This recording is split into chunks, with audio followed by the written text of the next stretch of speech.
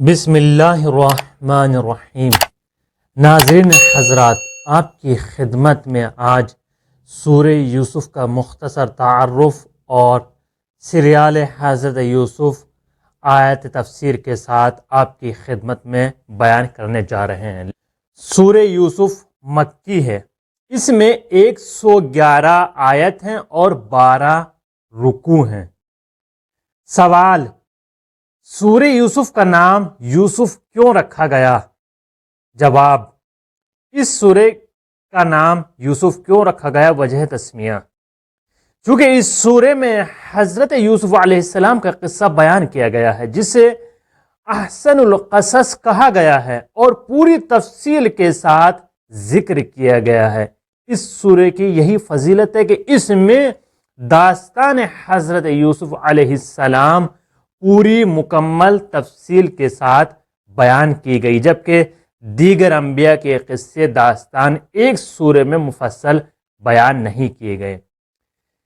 یوسف نام قرآن میں 27 مرتبہ ذکر کیا گیا ہے اور سورہ یوسف میں 25 مرتبہ یوسف نام آیا ہے۔ 2 مرتبہ سورہ غافر آیت 34 اور سورہ انعام آیت 84 میں آیا ہے۔ برگزیدہ تفسیر نمونہ جلد 2 صفحہ 392۔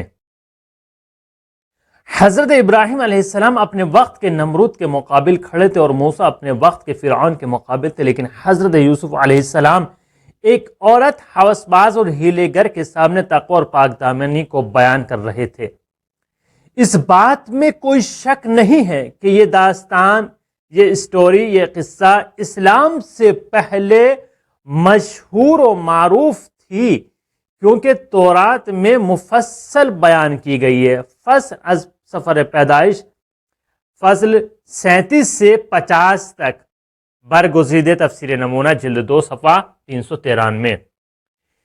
اس سورہ کی خصوصیات میں سے ایک یہ ہے کہ داستان حضرت یوسف علیہ السلام مفصل ایک جگہ بیان کی گئی، ایک سورہ میں پوری اسٹوری کو، پورے قصے کو بیان کر دیا گیا، جبکہ دوسرے تمام پیامبران کی داستان قصے ایک سورہ میں بیان نہیں کیے گئے، مختلف سوروں میں بیان کیے گئے ہیں۔